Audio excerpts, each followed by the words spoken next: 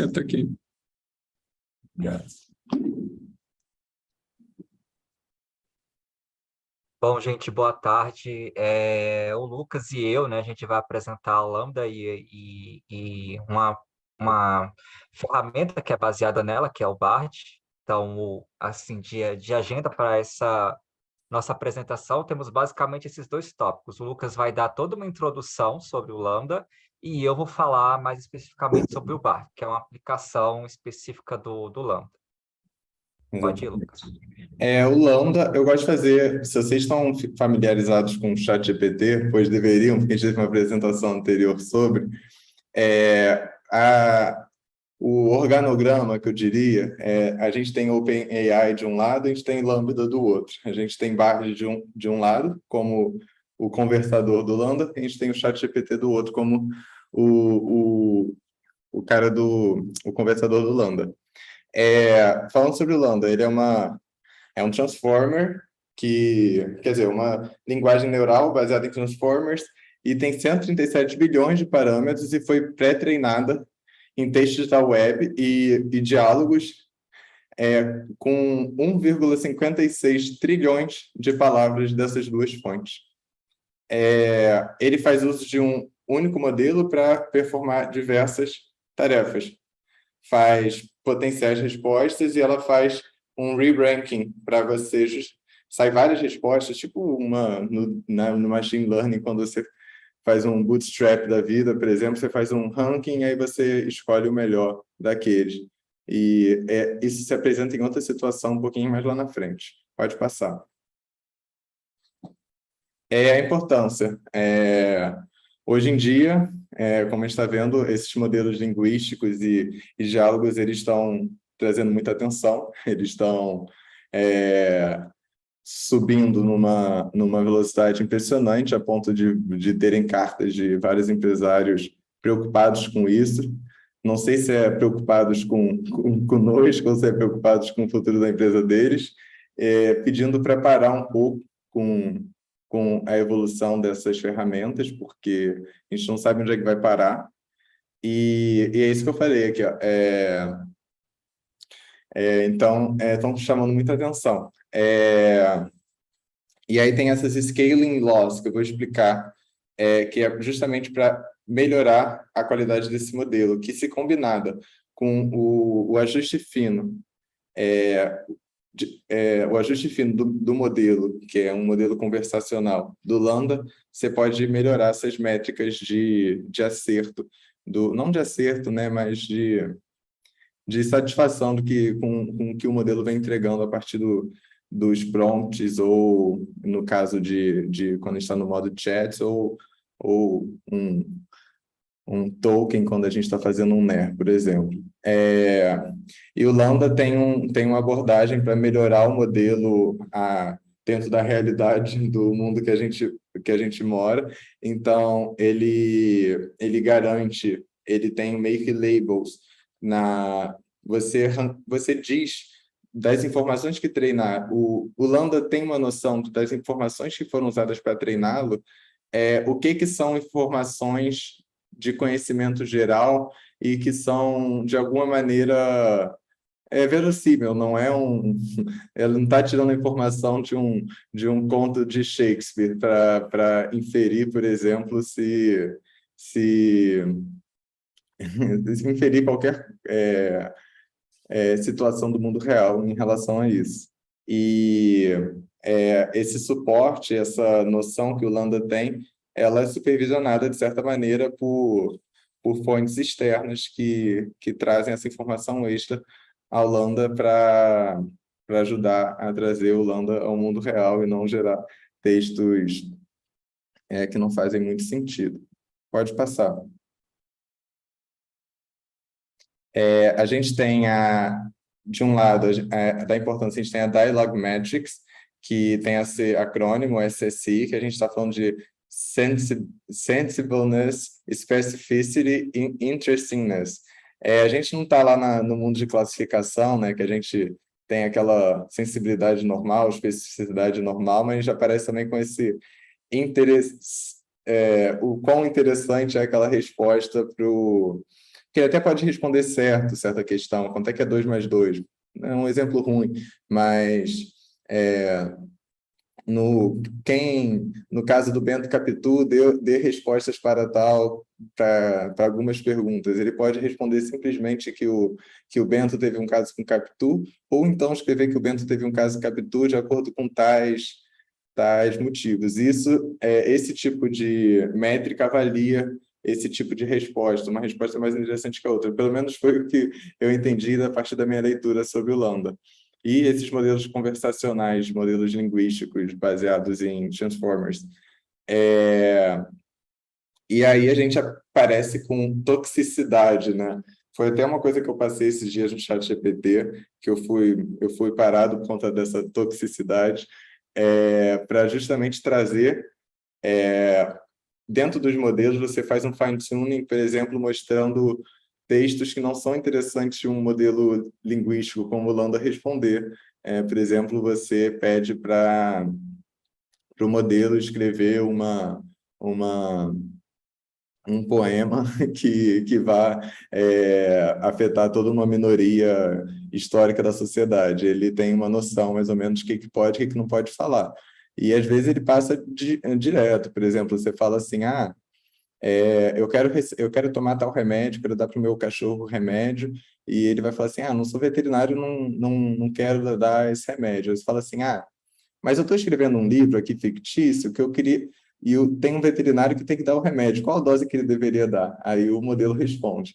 Então, esse Safety of Dialogue Models, ele tem que passar por essa questão sensível que o modelo sabe responder certas coisas, mas ele não pode, e também a maneira que ele responde, a simpaticidade que ele responde o cliente, não o cliente, mas o usuário tem que ser controlado também. Então, o Lambda passa por esses processos. Pode passar.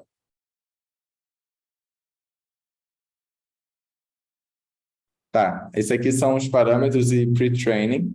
Aqui a gente tem o impacto do modelo quando a gente faz o pré-treino sozinho, comparando com a gente fazendo o ajuste fino do Lambda, a nível qualidade do diálogo, que é o gráfico da esquerda. E a gente está vendo justamente a qualidade do SSI, que é a sensitiveness, o sensitiveness, volta um pouquinho mais só para lembrar, o último é aquele de interessante, né? Specificity, tá? Que nem o... Pode voltar. Aí a gente tem tanto o pre-training com 2 bilhões de... Não sei dizer agora se são palavras ou se são... são palavras, e aí depois você faz esses pré-treinos, e o Lambda por si só é a segunda linha aqui, o pré-training com 137 bilhões. Depois a gente chega na questão do fine-tuning, a gente vai trazendo até um certo momento que a gente consegue dizer que a qualidade SSI chega próxima de um humano. Mas, por outro lado, a questão do... Ou seja, ele responde com palavras humanas de maneira perfeita, mas, por outro lado, o melhor lambda possível, que é esse que foi feito com um ajuste fino, com 137 bilhões de palavras, ele não, embora tenha esse cuidado, ele não consegue chegar nessa questão de safety and groundness, por diversos motivos, porque dá para burlar esse tipo de, de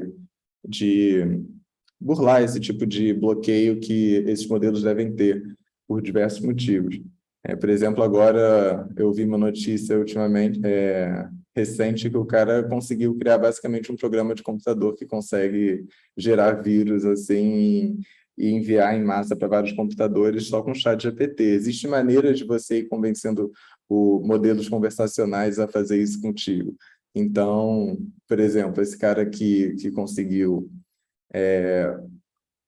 fazer esse programa se você tivesse essa conversa, você poderia levar ela a esse comitê que analisa essas fontes de conversas que são proibidas para justamente aumentar esse nível de safety and groundedness. Pode passar. em questão do parâmetros e do pré-treino, a gente tem que uma grande quantidade de parâmetros te permite o modelo a ter várias features linguísticas e melhorar a performance do modelo. Quando a gente fala de performance, fala de SSI também, o Groundless Safety, e que o pré-treino, o processo de pré-treino envolve tanto os modelos de treino no unlabeled text, ou seja, são dados textuais que a gente não tem um label dizendo sobre o que é aquilo, sobre o que é um token é aquilo, para você, basicamente um treino não supervisionado com uma clusterização, para você ver alguns padrões de textos que não eram tão triviais quando a gente está olhando eles de maneira bruta, né? Você vai vendo que existem textos parecidos e isso pode criar esse tipo de classe, criar esses novos labels nesse tipo de dado pode ajudar o modelo a encontrar esses novos padrões de usos da linguagem. E esse InfiniSet dataset ele foi usado no Lambda, que é uma combinação de tanto dados de diálogo, quer dizer, ele faz uma combinação de dados de diálogo e de documentos, e foi o que eu falei lá no início, que ele usa documentos a partir da website da Wikipedia, de artigos científicos que eles foram coletando por muito tempo. No caso do ChatGPT, eles pararam em outubro de 2021, se não me engano. O Lambda, eu não sei dizer, mas são esses tipos de documento que esses modelos conversacionais se basearam. E é até interessante notar uma coisa histórica, que no passado existiram pessoas que iam fazendo esse crawling da internet e sofreram bastante algumas sanções em relação a essa obtenção de dados, se era uma coisa legal ou não, enquanto outros países que não tinham essas regras iam conseguindo fazer, agrupando esses dados e chegar, e provavelmente apareçam daqui a pouco ferramentas conversacionais melhores de empresas que a gente não conhecia antigamente. Muito está por vir. E diversos datasets ajudam a melhorar o modelo com uma vasta gama de contextos de diálogo e melhoram a habilidade do modelo gerar coisas com sentido e coerência, né? Não fazer respostas muito longas, porque às vezes você pergunta uma coisa para o Bard, infelizmente não pude usar, porque só pode usar nos Estados Unidos.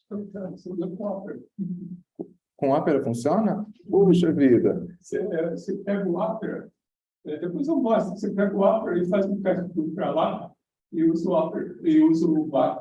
Eu tentei usar meu computador virtual na Rússia.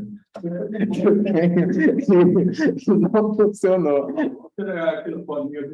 Não, lá eu conheço, até tenho no meu computador, para situações de emergência. Você vê lá no VPN, aí você abre o VPN. Porque às vezes eu tenho medo de baixar um desses VPNs. Né? Do Opera eu vou confiar, mas VPNs em geral na internet eu tenho medo de baixar e me botarem numa cilada. Mas o do Opera é legal saber, eu vou brincar já na aula.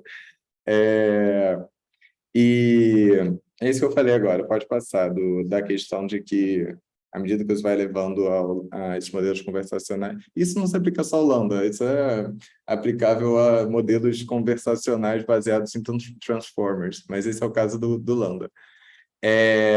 Quando a gente está falando de fine-tuning, a gente trazer esse modelo que por ter sido feito um treino com dados muito vastos, às vezes você quer criar uma versão desse modelo, você não quer criar um Transformer Language Model from scratch, né? Você quer usar um carinha que já foi treinado com muita gente, mas você quer mais específico a certo domínio e você tem, de acordo com sua empresa, por exemplo, o tipo de resposta que você gostaria, e você pode treinar o seu modelo, seja para fazer Named Entity Recognition, seja para criar chatbots, seja para fazer text completion, né, completion, e dependendo da tarefa que você quer fazer, a estrutura do seu dado lá, que geralmente é um JSON, muda. e como eu disse, é crucial para melhorar a qualidade, coerência e contextual, que é o mais importante de todos, desses modelos linguísticos, porque não só do contexto, às vezes ele está respondendo coisas estranhas e vamos falar para ele que não é bem assim as coisas. A gente está fazendo sempre um fine-tuning, por exemplo, no chat GPT, você está conversando com ele, eu não consegui entender ainda se o chat GPT ele fica treinado com o nosso conjunto de textos que a gente já, de chat, que a gente já teve com ele, ou se é só daquele chat. Mas claramente daquele chat a gente já tem um fine-tuning que a gente faz, mas só que o fine-tuning que a gente quer fazer é uma coisa bem mais complexa para se adequar a um modelo, ou então gerar respostas que você não estava te agradando e fazer algum reasoning interessante em relação a isso. Esses parâmetros e pre-training têm um papel muito importante para falar até onde seu modelo pode ir. Eu não quero respostas além disso. Eu tenho um exemplo que eu fiz um fine-tuning no modelo, eu já mencionei isso, eu gastei alguns dólares, mas ele ficou maluco. Ele entrou naquele domínio de fato, mas eu queria fazer relações à ontologia, dizer que tal palavra se referia àquilo, mas ficou uma loucura. Mas trazendo o dado do fine-tuning de maneira certa, de maneira que não é tão trivial. O resumo da história, o fato é que não é tão trivial o fine-tuning que você tem que criar esses dados para fine-tuning, mas eles são diversos importantes para deixar seu modelo, aqui no caso Lambda, coerente ao seu domínio. E pode passar? Fine-tuning, tá, tem 3 key metrics, que é o sensibilidade, specificity e interessabilidade. Você pode ir medindo esses tipos de métrica, o SSI, que é um agregado, de acordo com o fine-tuning que você fez, aquela questão toda de machine learning, você faz um train, um test, aí você calcula como é que está o SSI. Você pode fazer esse re-ranking, esse re-ranking pode até entrar na hora de que você faz um ranking lá e às vezes saem respostas muito tóxicas e você retira elas e depois faz um re-ranking de novo e compara. Eu tinha visto isso na internet, achei bem interessante. E aí tem vários crowd workers que vêm de diversos, demograficamente diversos lugares para avaliar se aquele modelo que foi feito um ajuste fino, ele está de acordo com políticas que um modelo conversacional tem que seguir ou não. E, de novo, sendo um pouco repetitivo, ajudam a alinhar o ajuste fino ajuda a alinhar os modelos conversacionais quer dizer, conversacionais não, modelos linguísticos às preferências humanas e os valores humanos. Pode passar. Esse aqui é um fine-tuning, por exemplo. Aí a gente tem um user statement, que é semelhante ao prompt. Aí aqui mostra como o Lambda... Vocês conseguem enxergar bem essa imagem? Porque talvez o Wesley pode dar um zoom, mas eu posso explicando o que tem em cada coisa aqui. Aqui no caso, quando a gente está falando... Aqui, a Camila disse que sim, então uma resposta já é o suficiente. Quando a gente está falando da imagem amarela, quer dizer, do azul é o modelo, que a gente tem o Lambda Base, que é aquele pré-treinado Lambda do jeito que chegou, e a gente tem o Yellow aqui, essas caixinhas amarelas, elas são o input para o modelo, e essas vermelhas são outputs do modelo. Então, a gente chega aqui falando, quando a Torre Eiffel foi criada? Aí você traz essa informação aqui. Você quer que o Lambda para o usuário fale assim, como é que eu posso te ajudar hoje? Aí o usuário fala que quando foi criada a Torre Eiffel, aí o Lambda Base, a partir disso aqui, vai trazer a resposta. Foi construído em 1987.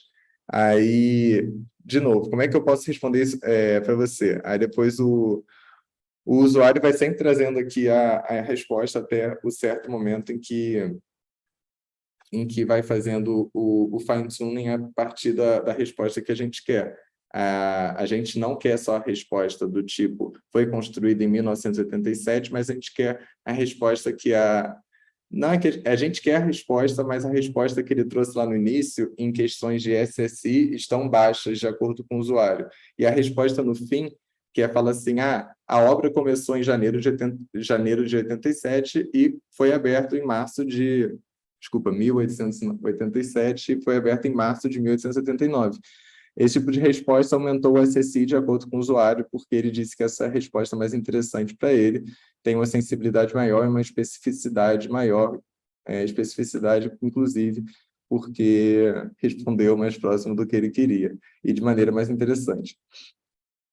Passe, por favor.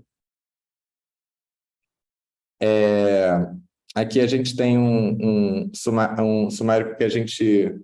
são datasets usados para você, justamente nessa questão do Lambda, de melhorar tanto a qualidade do modelo, a segurança do modelo e o quão pé no chão o modelo está. A gente tem aqui, na questão da qualidade, a gente tem 6.400 diálogos do Lambda, né, no modelo conversacional, dizendo que você responde as 3 features relacionadas a ele, né, 3 métricas, que é sensibilidade, o SSI, e quem faz essa é feito de maneira supervisionada, né, crowd workers, eles dão esse tipo de resposta para determinado contexto, e eles dão um SSI baseado para cada contexto e fazem um benchmark de acordo aqui com um autor que a gente não entrou muito na seara.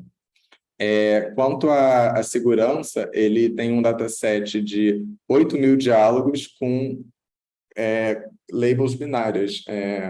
É seguro ou não é seguro? E, de novo, é um trabalho supervisionado com crowd workers e eles vão vendo se a resposta no qual o Lambda deu é segura e se a pergunta que o usuário fez também é segura e passível de ser segura para responder ou não. Aconteceu alguma coisa, Wesley? Que eu tinha dado um negócio aqui.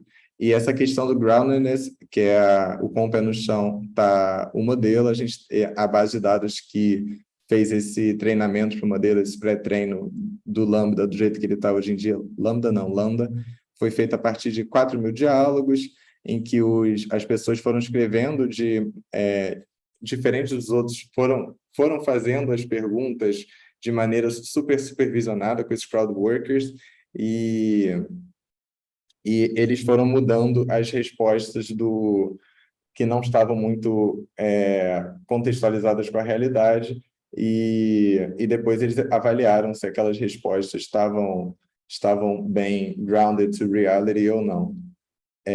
Pode ir para o próximo, por favor, Wesley. Bem, agora, já falando um pouquinho do Bard, o Bard ele é uma instância, né, projetada pela Google do Lambda, que tem a missão segundo o Google, de permitir que os usuários eles colaborem, né, com a IA generativa.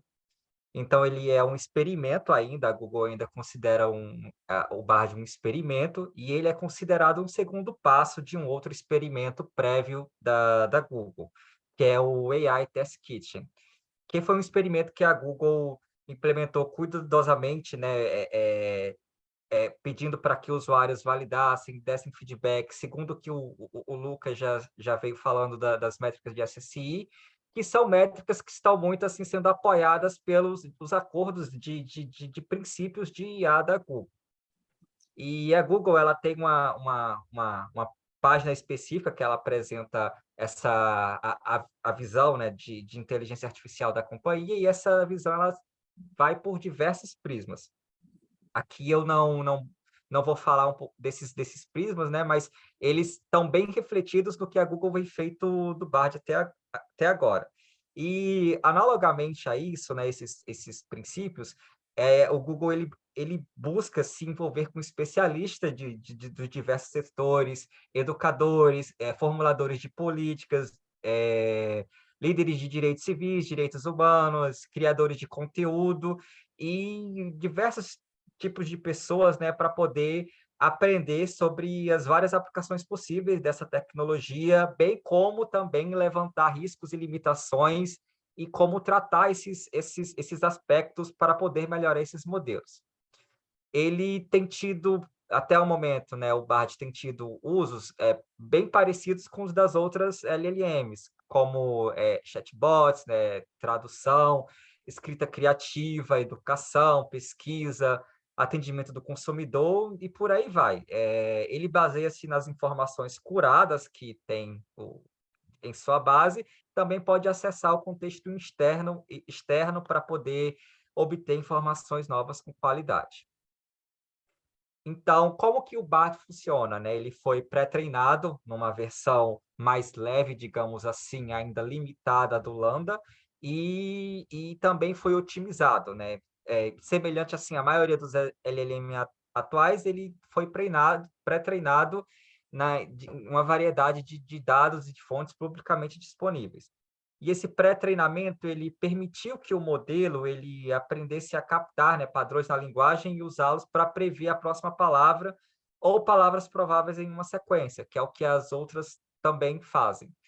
O Google ele não explica as limitações que tornam esse modelo mais leve, né? Isso faz parte desse projeto de visão da Google, da companhia, de ir realizando experimentos aos poucos e escalando, né? Liberando funcionalidades. Tanto que vamos ver futuramente que essas atualizações desse modelo ocorrem de forma semanalmente, que é um padrão bem diferente do que a OpenAI e as outras companhias vêm fazendo com as ferramentas que elas estão lançando. Depois que o usuário ele fornece um prompt para o Bard, ele usa o contexto do prompt e a interação do usuário para elaborar diversas versões de uma resposta, como o Lambda faz. E a partir daí ele tem lá o esquema de classificação e verifica, né, as respostas em relação aos parâmetros de segurança, que o Lucas já explicou também, né? Eles estão pré-determinados. As respostas que passam por essas barreiras, que são consideradas aqui barreiras técnicas, elas são reclassificadas com base em qualidade, né? Com a resposta de maior qualidade, e elas são fornecidas de volta ao usuário. Aí, aqui nessa figura 4, a gente tem um exemplo, né, de rascunhos de respostas que o Bard pode dar para o usuário. Na demonstração da ferramenta, a gente pode ver como explorar isso. Então, assim, um trabalho inicial da Google, né, sobre o FineTube de instrução, ele utilizou a Fine-Tuned Language Net, né, que é a FLAN, e demonstrou que com ajuste fino, com a quantidade relativamente pequena de assistência humana e feedback, bem como um uso de uma engenharia adicional, fornecida aqui, essa engenharia pode ser, né, além do fine-tuning, tem a engenharia de prompt bem projetada, então você projetar prompts bem elaborados, solicitar ao usuário feedback, correções ou modelagem de como seria uma resposta de qualidade para o usuário, ou mesmo o usuário simplesmente reagindo àquilo, né? Dando um like ou um dislike, e isso pode ser uma forma de o modelo aprender a melhorar, aprender e melhorar. O próprio Então, assim, GPT tem nessas isso, respostas... desculpa interromper. Você, às vezes, você diz que uma resposta foi boa ou não, então você pede para ele regenerar a resposta, e ele vai falando, ei, foi melhor do que antes ou não? Por que não foi? E é engraçado que, como você responde de forma textual, o próprio chat GPT entende aquela resposta e sabe-se lá se foi um trabalho manual ou não que consertou, talvez conserte aquela resposta. Exato, assim, o Bard ainda está num esquema de like e dislike, mas o ChatGPT ele já tem um esquema de você imputar também até mesmo uma descrição da resposta do porquê que você não gostou como feedback. Então, se essas respostas, né, no Bard elas forem sinalizadas, os revisores humanos, né, de resposta, eles examinarão essa resposta futuramente para avaliar a qualidade em relação ao prompt de entrada do usuário e determinar se a resposta do Bard é de baixa qualidade, imprecisa ou até mesmo perigosa. Então, a partir daí, esses avaliadores eles sugerem, né, respostas de maior qualidade, de acordo com o conjunto definido de políticos que estão na visão de inteligência artificial da companhia, e essas respostas elas são usadas como dados de fine tuning para fornecer ao Bard um conjunto de dados melhor para aprender. Então, ele vai produzir respostas melhores no futuro. Então, assim, para melhorar, né, ainda mais todos esses aspectos, a Bard usa o aprendizado por reforço no feedback humano e vai melhorando também com o LLM, né, com base no feedback da preferência humana.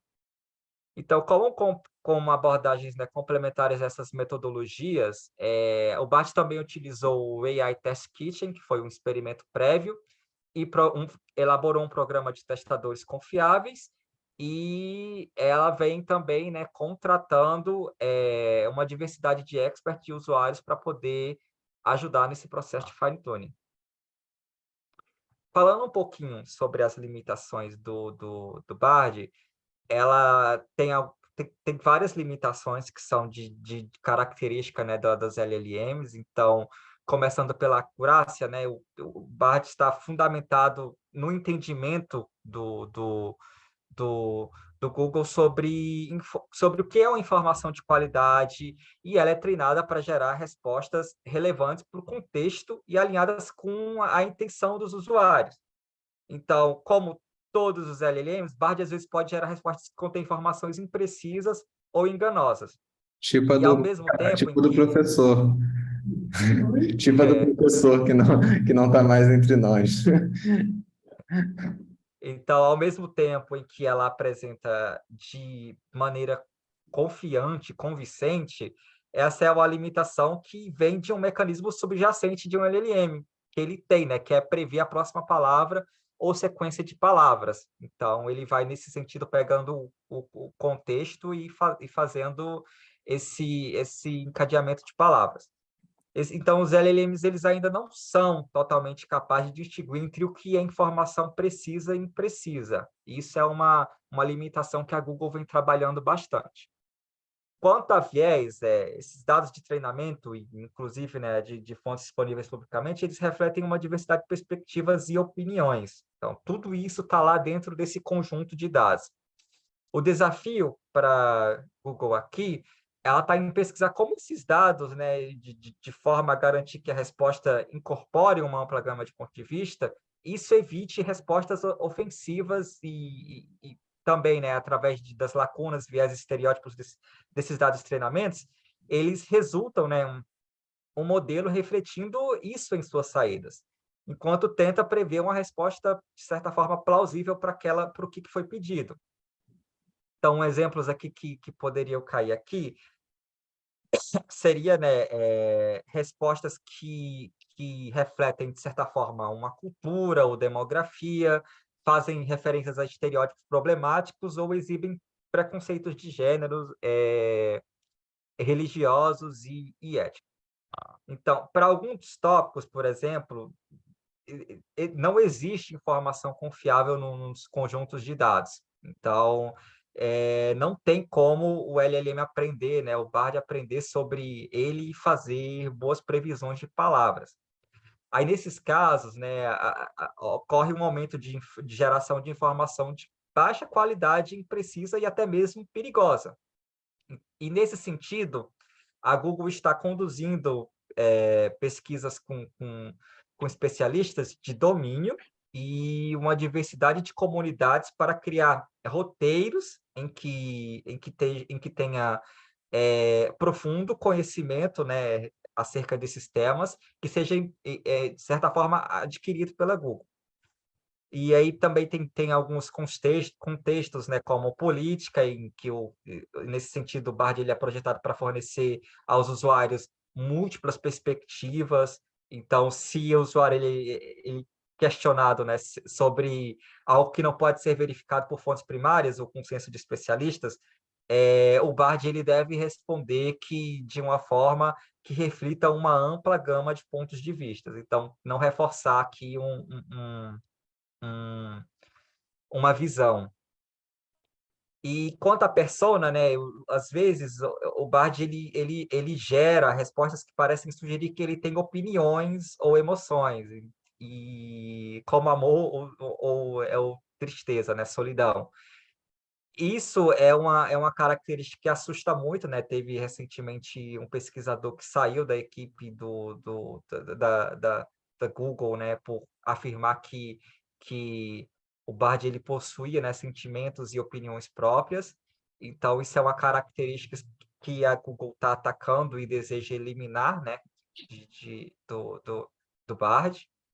E aí também tem a característica que às vezes, né, nos falsos positivos e negativos, o Bard ele responde a uma solicitação para as quais eles não foi treinado ou envia conteúdo de certa forma nocivo barra ofensivo aqui que para a pessoa que submeteu aquele prompt, né? Então, nesse caso, o Google vem reforçando um conjunto de proteções técnicas que possuem, né, como objetivo evitar essas problemáticas. Mas, mesmo assim, os usuários, às vezes, podem... os usuários, o Bard, às vezes, ele pode interpretar mal essas barreiras. E ele, de certa forma, produz esses falsos positivos e falsos negativos. Então, aqui, para exemplificar, o que seria um falso positivo, né? O Bard ele pode não fornecer uma resposta a um prompt razoável, interpretando isso erroneamente, né, como inapropriado, e um falso negativo ele pode gerar uma resposta inapropriada, apesar das proteções existentes. Isso conecta com a última característica de limitação aqui, que é a vulnerabilidade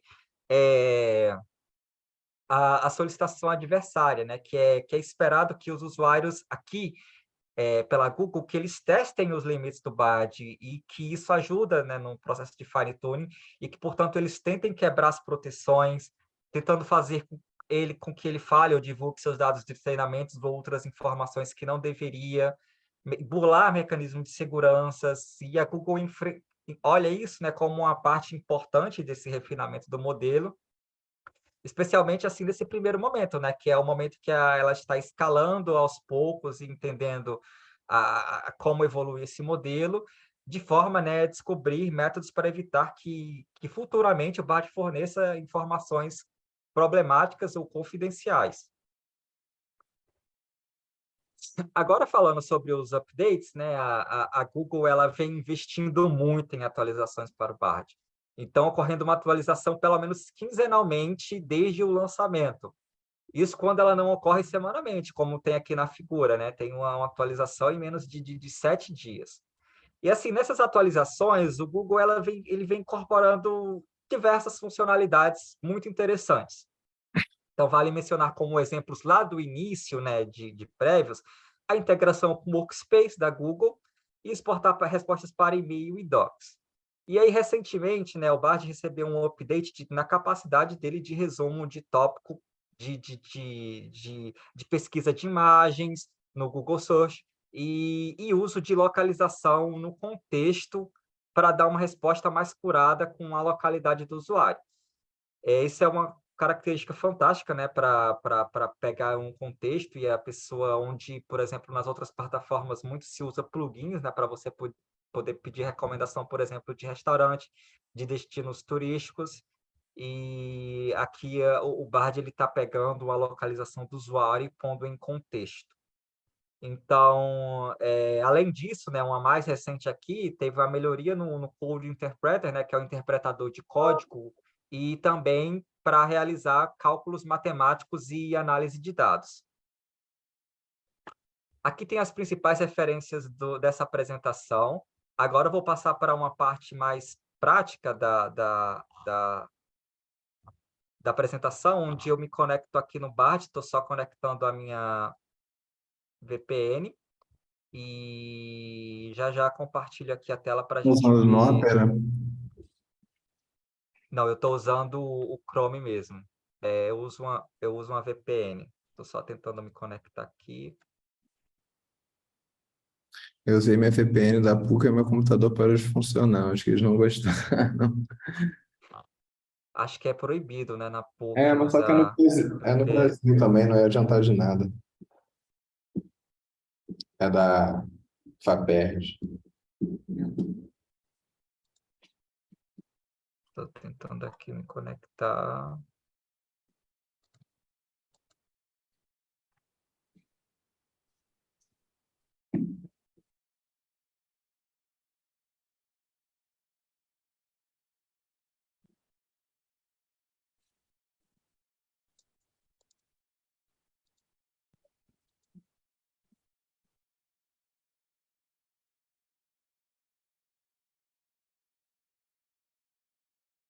Que estranho.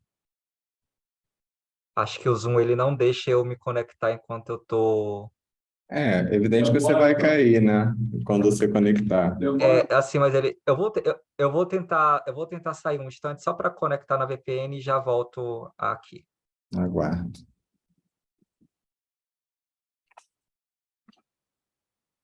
Então, você também vai ver por dentro do Chrome mesmo. É. Não, eu achei que não, porque apareceu assim uma janela que não parecia ser do Chrome. Eu acho que tá. Depois, mais tarde, será que eu pauso aqui? Oi? Será que eu pauso a gravação? Espero para não Ah, ficar. é? Fala.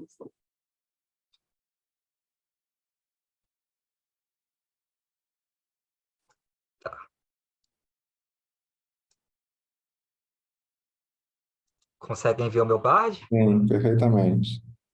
Então, aqui tem a sinalização, né? Essa é a plataforma principal onde você interage com o Bard, você consegue ter acesso ao seu histórico de atividade, e a Google vem, né, com empenho aqui, tentando deixar o máximo, né, que o usuário analise seus rastros, as respostas, o modelo que ela está utilizando. Aqui no momento ele só tem o Lambda disponível, né, mas tem diversas outras, pode ser que haja, né, outras versões do modelo para o usuário acessar. Conseguem me ouvir? Uhum, sim.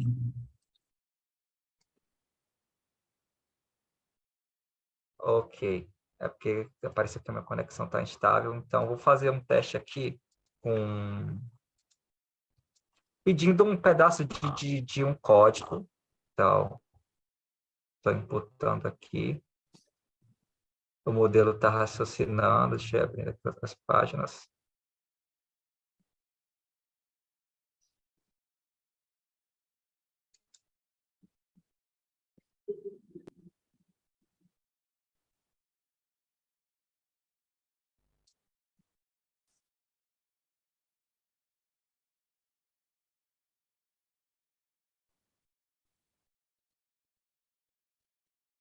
Está um pouco lento. Acho que a minha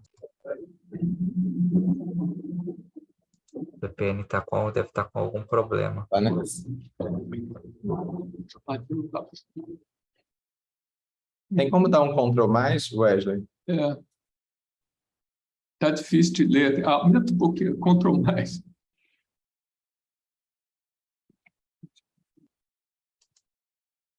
Não. Então,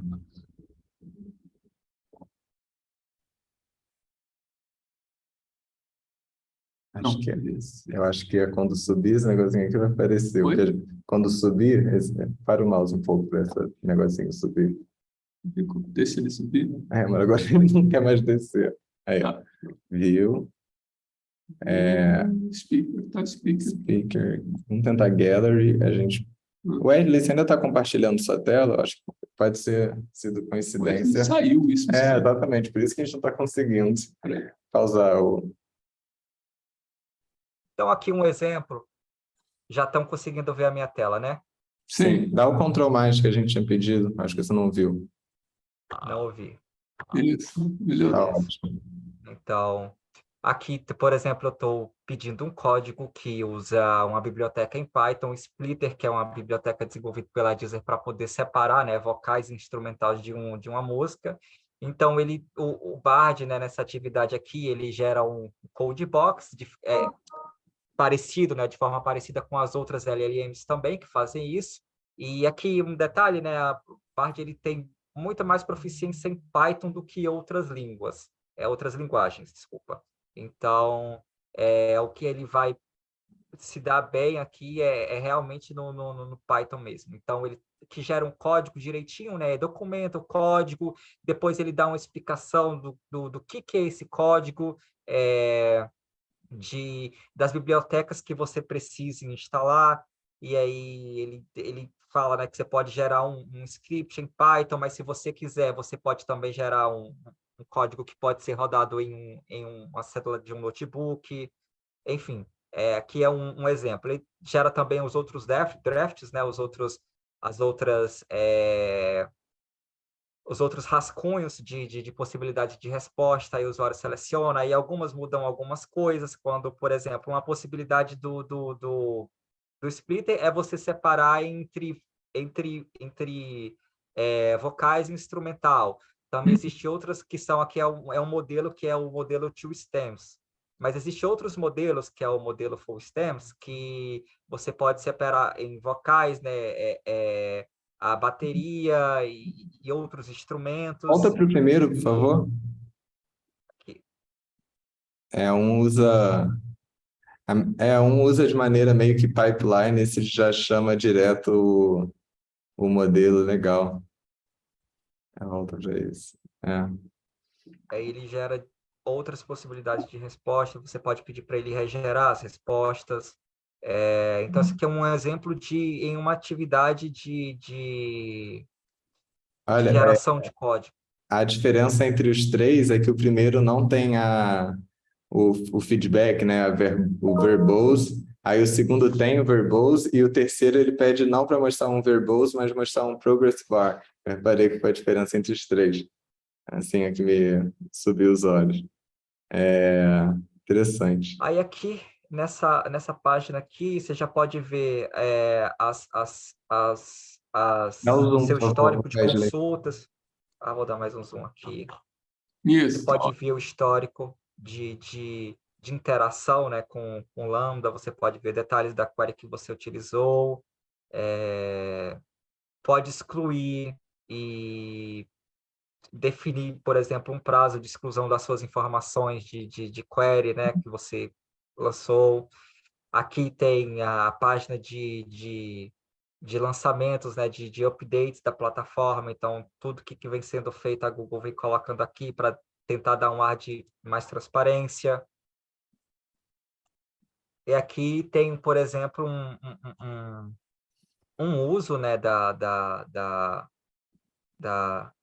Bard onde ele retorna imagens. Então, eu perguntei, né, como que o curry, um tempero, ele é utilizado ao redor do mundo, e ele vai pegar as informações, né, de países onde o curry é utilizado como tempero. Então, aqui temos o exemplo a Índia, a Malásia, o Japão, Jamaica e vários outros países, e aqui ele pega informações, né, já curadas de sites de receitas, né, não são simples imagens do Google Imagens, então ele também passa referências para sites de receitas, e isso já é uma informação já mais curada, né? Então, aqui também, aqui mais para baixo, tem como você classificar a resposta, né? Como boa ou ruim. Tem como você ir até o Google fazer uma pesquisa relacionada, e você aqui tem a funcionalidade de exportar, né, a sua resposta para um Docs. Tentar fazer isso E em aqui. nenhum momento você sai da interface Google, né, nesse negócio. Ele não está baixando o arquivo, ele está indo para o Google Docs. Quando ele está Exato. clicando Então, ali, ele está exportando para o Google Drive. Ou então você faz um Google It. Que eu até queria ver o que saía, se ele vai fazer uma pesquisa de acordo com o seu prompt, ou o que ele vai fazer quando dá o Google It. bom, aqui. Ah, tá. Ele Ele, vai ele dá ver tipo de pergunta. Legal. isso. Então, aí você clica e você vai Isso até para ver um pouco que nem você tinha falado, a groundedness, né? Para checar se está interessante ou não. isso. Muito Aí legal. aqui ele criei para fazer um draft de e-mail, né? Ele vai abrir, posso abrir aqui o Gmail e já tem a tela, né, de e-mail, onde eu só vou lá colocar os destinatários e o prompt que eu coloquei. Pergunta para o Como Bard Who am I? Porque eu quero ver como é a conexão dele com o Google.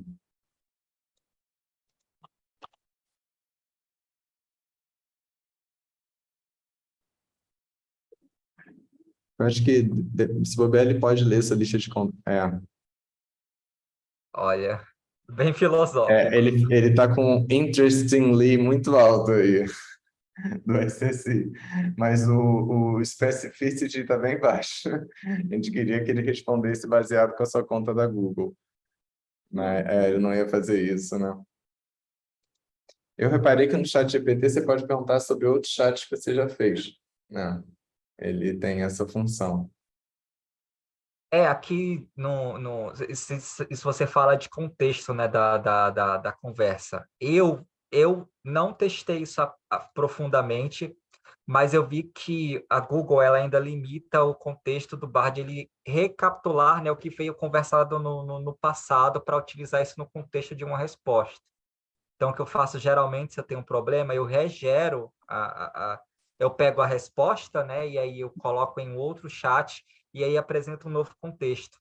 Porque, pelo que eu senti, ocorre um pouquinho de alucinação nele quando eu continuo no mesmo chat com outras perguntas. É como se Fica ele viciado na confundisse um pouco anterior. as coisas. Exato. Acontece também um pouquinho com o chat GPT, mas é bem menos do que no Bard. Acontece em tudo E eu na acho que é vida. isso, né? A apresentação era isso, era apresentar as funcionalidades, ter um pouquinho aqui, um tour pela plataforma, ver um pouquinho o que está sendo feito, mas ainda a Google coloca, né, como um experimento. É como que está aqui, um experimento ainda muito incipiente, muito no início, mas a Google está com o pé no acelerador aí, porque é uma corrida que ameaça muito ela, no sentido de que várias pessoas estão abandonando, né, um serviço de busca para poder utilizar essas interfaces de conversa. Muito interessante. Eu fiquei feliz de ver o Bard agora e como é que a interface dele é bem diferente e como é que o Google Inteligente não saiu do Google